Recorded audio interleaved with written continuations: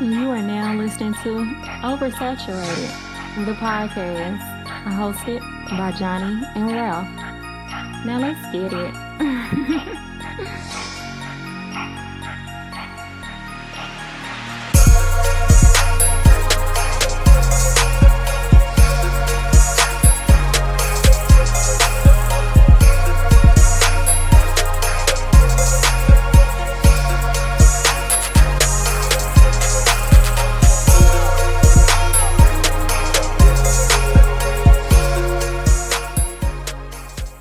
What's happening, YouTube? We're Oversaturated Podcast. I'm Ralph. I'm Johnny. Hey, man, when you see us separate from the podcast, you know we're giving you YouTube exclusive content. Word. While you're here, make sure you comment, rate, and subscribe. Hit the thumbs up button, like this video. Make sure you hit the notification bell so you don't miss any of the content from OS the podcast. Thanks. But Marvel has dropped a new show for Disney Plus. A new entry into the MCU world, Secret Invasion. We're here to give you our review of Episode 1, Resurrection. Yes. Usually when we get into this, we get into our overall thoughts about the video. The episode at large, just the end, the highs, the lows, the nuts and bolts of the episode, and then the overall rating.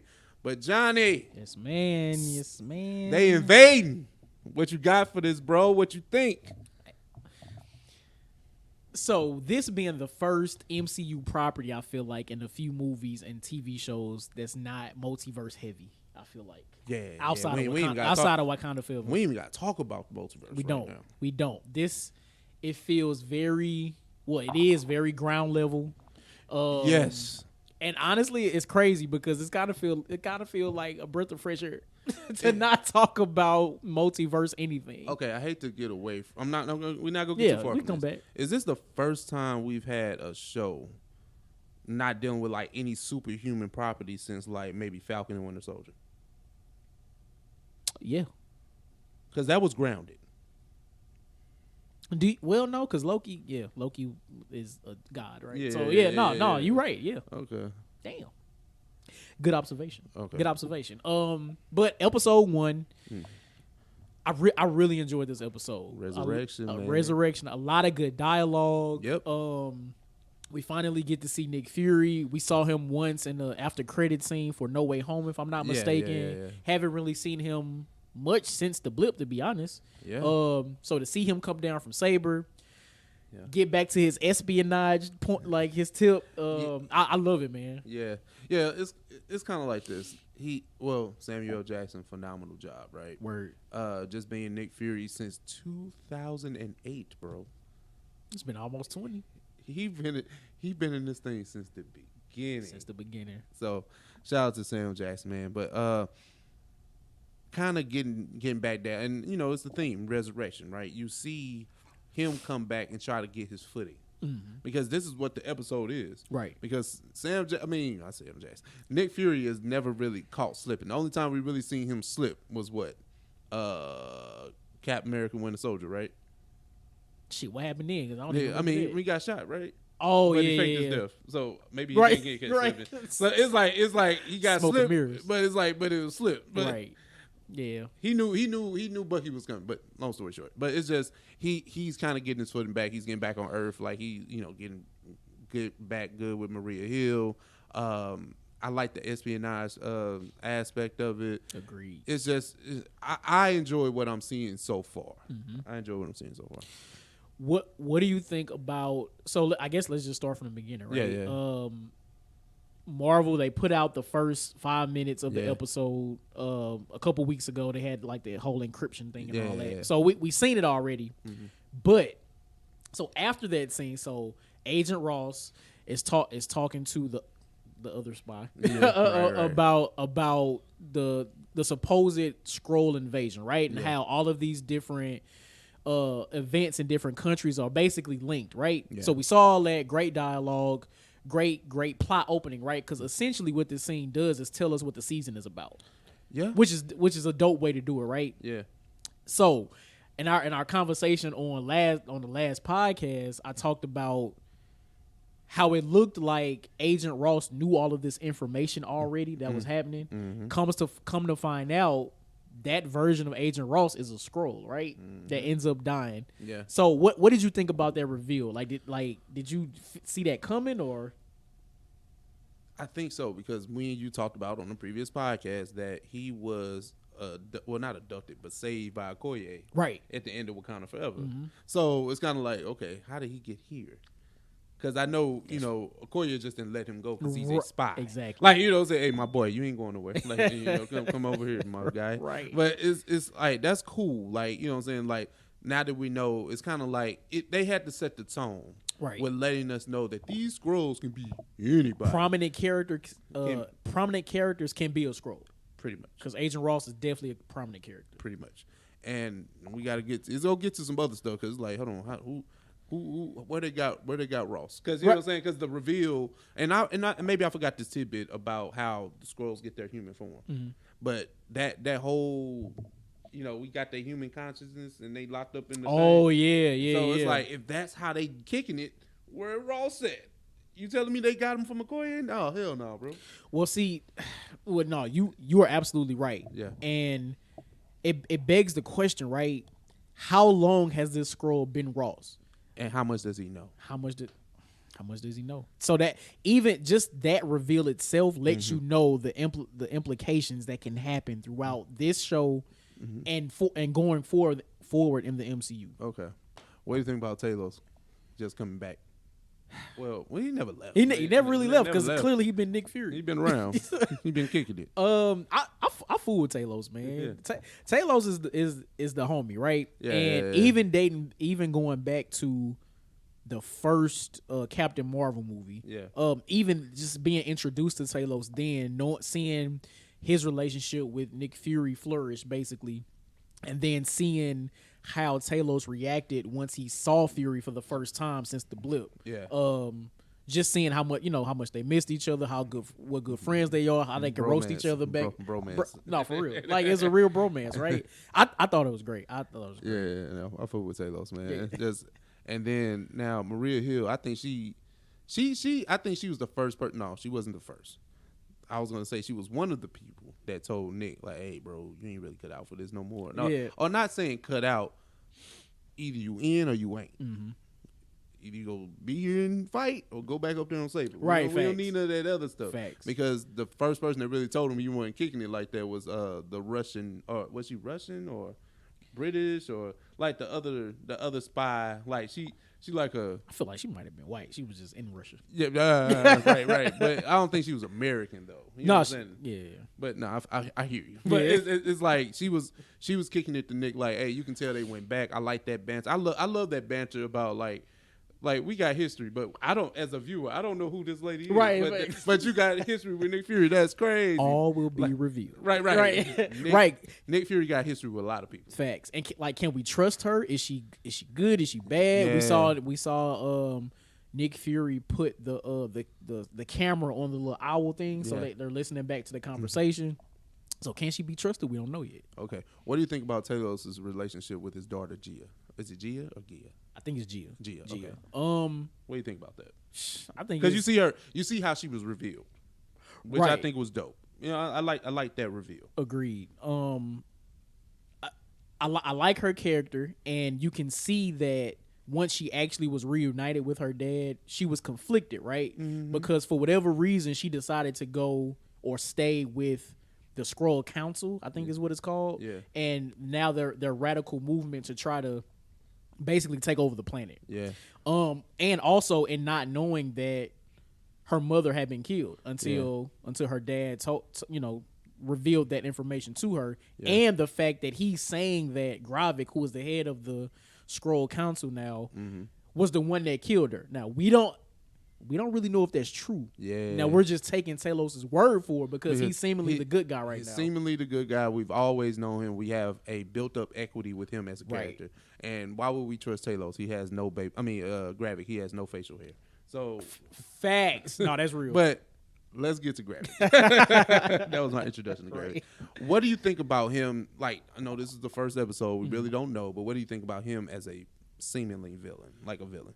He seems to be, so usually when we get our MCU villains, Like we get introduced to them. Sometimes they can be goofy. Like sometimes we see them in another light other than their villainy. Yeah, is what I'm trying to get at, right?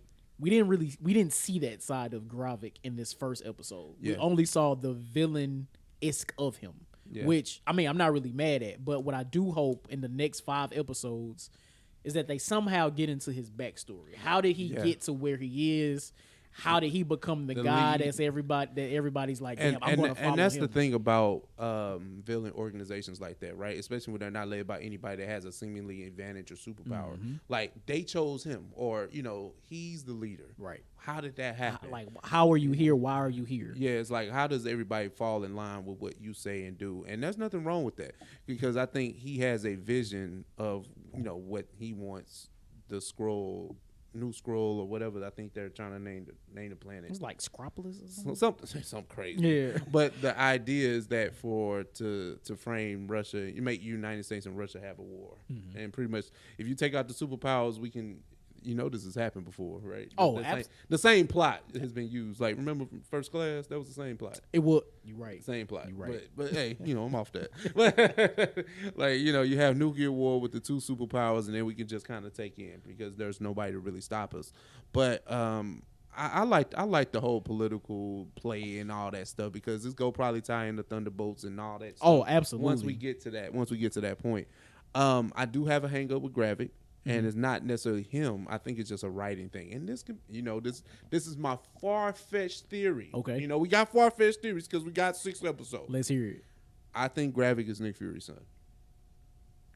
And the reason I say that, for one, he's darker hued. Okay. And I think that Nick Fury had a relationship with a Skrull woman. And I think the reason Gravik goes so hard is because he's a Scorn's son. Wow. That's my theory. Because we do this. We do this. Okay. We do this. Okay. And that's why I'm looking at them like, this nigga moving like a Scorned son. Like, he's mad. Like, he's mad about something. You know what? Never did my brain go there, but I'm not mad at it. My brain went there. I am not mad. Now, if it happens, I wouldn't say disappointed, because he do look like a young Shaft. Like, he do. If Jesse T. Usher can be Shaft's son and Shaft, Sam's Johnson and Shaft, my man name is Kingsley. Kingsley can be Sam Jackson's son if he had it with a green alien. Okay.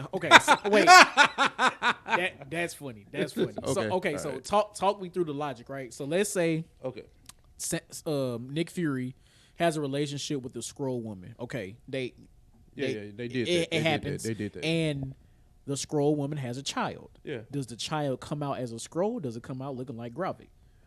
That's a good question. Because if it comes out looking like a Skrull, right? The Skrull baby now, we'll just keep calling him Gravik. Gravik has to go find the person that he looks like now. I think that that's true. I think they'll get to the backstory, and that's the backstory that we're looking for. Yeah. And I think all answers will be revealed toward the end. Mm-hmm. But that's just my wild theory that I'm running with, because it seems like Nick Fury he's never had a romantic relationship that we know of, right?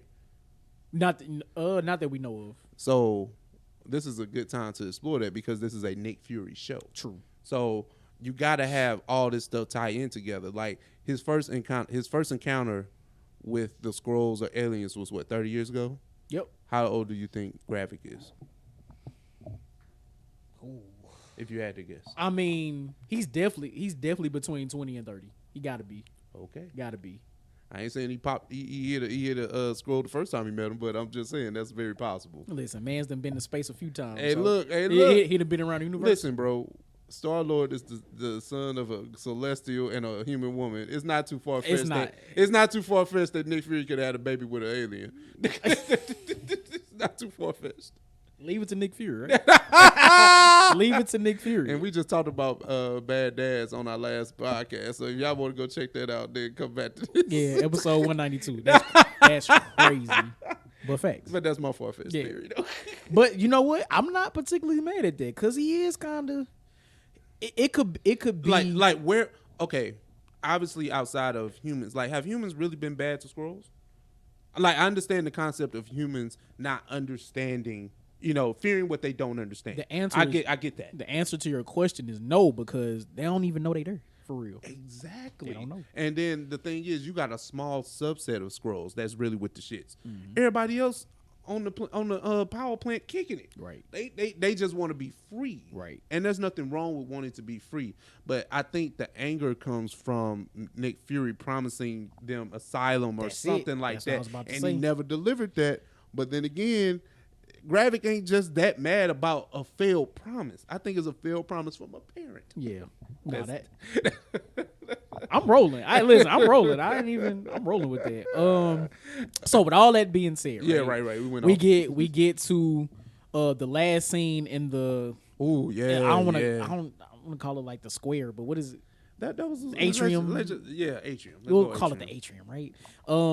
So there's this plot to detonate 3 bombs in the atrium. Before that happens, Talos misdirect. Talos talks to Gia about the bomb. She lets him know that each bag is going to be marked with the infrared X, so they can easily track the bags. And they're tracking and they're doing all this, and we see Gravik going through the crowd, shape shifting into different people. And Nick Fury is following him, right? And now, weren't those the same people that Nick Fury saw the night before? Absolutely. Okay. Those are the same people, right? So while he's doing that, all of this is a misdirection, right? They finally catch up to Talos and Gia, finally catch up to the people that have the bags. Nothing's in the bags. Nothing. Finally, Gravik reveals his actual human form to Nick Fury. That's when he detonates the bombs. Yeah. 3 bombs detonate. All hell's breaking loose. Everybody's clearly running for cover and, trying to figure out where they need to go. And then we have, I feel like the unthinkable happens. Yeah. Maria Hill sees Nick Fury, and Nick Fury is motioning to her for her to come on so we can get out of here. Mm-hmm. She gets shot.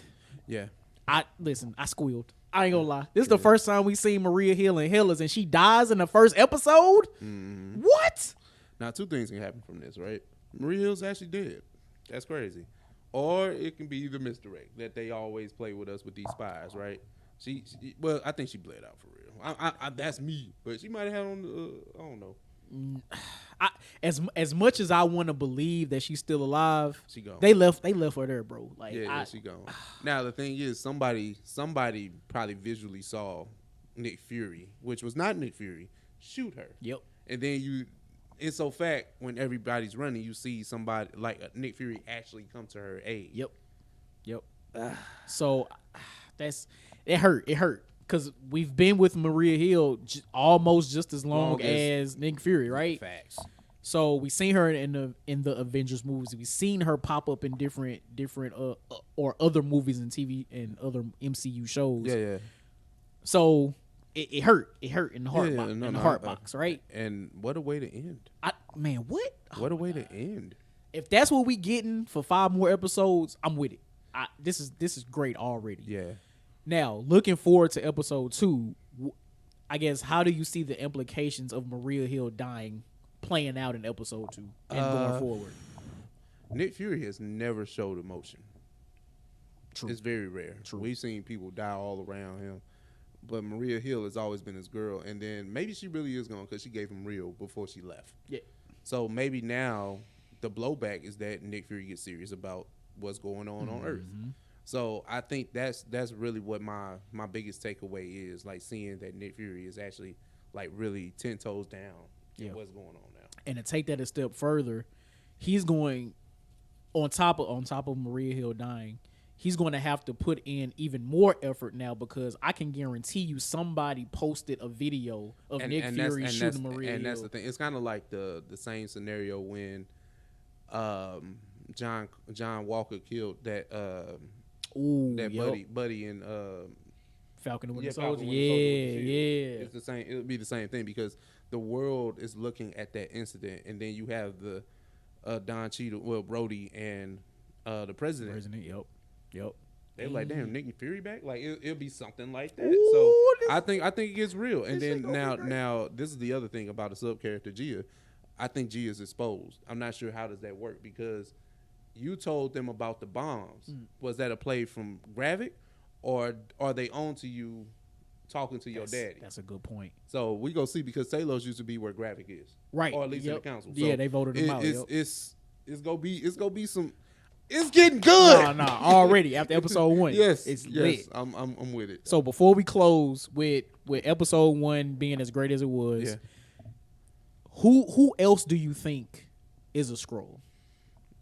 I hate to go with the popular choice, but I think Rhodey is. Okay, I was gonna say it's either him and or the president. It's either one of them or both of them. I say Rhodey, right? Especially the one that they were talking. It can't. Well, no, it can be, because there's two things to look at this, right? Mm-hmm. Rhodey, last time we saw him, or one of the times we saw him, he had on those braces that Tony Stark made for him. Oh, facts. He walking around the White House real good. Ain't well, okay. Well, think about it. That was hellas ago. That was almost 10 years ago. He got Okoye beating his back now? Maybe. Nah, niggas ain't. Man, he you don't think he healed? No. Man, he fell from the sky in an iron suit, bro.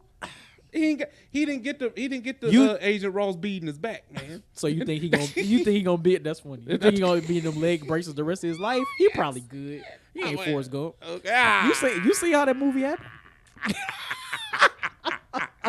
That's good. But the reason I think the president is a Skrull is because in the Thunderbolts movie, Thunderbolt Ross is going to be the president. So something has to happen. Something got to happen with that. Right. So, like you don't introduce Rhodey and the president for no reason. Exactly. Especially with them having the conversation. Oh, Nick Fury is back on Earth. He has seemingly left. So they know about Saber. Yeah. They know about Nick Fury being up there. Yeah. For however long he was up there, and they know about him allegedly being on Earth. Yeah, so they you okay. You cooking with that. It gotta be. So anyway, episode 1, yes, sir. Secret Invasion. Hold on. Okay. Rating, real quick, out of 5. You know we rate each episode. I'm gonna go 4.5. Yeah, I think it was that great, especially as a seemingly a pilot episode. I thought it was great. Yeah. Whew. I know we both watched it once, man. I'll just say I'll stay to 4. I'll stay 4. Okay. Because it was really solid. Like, this was really good. And I think because I want my theory to work so bad, it's kind of messing with me. Like, hey, if he's the son, don't be mad. Like, you know what I'm saying? I don't want him to be the son. But he might be the son. But he might be the son. That's a great theory, though. I didn't even think about that. Man, I watched it. I was like, man, he's a scoring son. I know these bad kids when I see them. Hey, looking back on it, listen, for real. He going hard. He going hard for no reason. Why you going this mad? He's hard. Because right, he's a single parent. I mean, well, he's a product of a single mother. Like, you know, single mothers' kids go hard. Like, you know, he can't go back. Like, he's like, you know, he's trying to get to the NBA, baby. We can't go back. Like, you know what I'm saying? God damn. Okay, all right, I'm done. That's hilarious. With that being said, that's episode 1 of Secret Invasion. Episode 1, Resurrection, baby. Man, we'll appreciate y'all. Hit that like button, hit the subscribe button, yes, sir. Hit the comment section. Let us know what y'all think about episode 1 of Secret Invasion. Yes, sir. It was fire. We got 5 more to go, baby. Yes, sir. And with that, we'll see you next week. Peace. You are now listening to Oversaturated, the podcast hosted by Johnnie and Ralph. Now let's get it.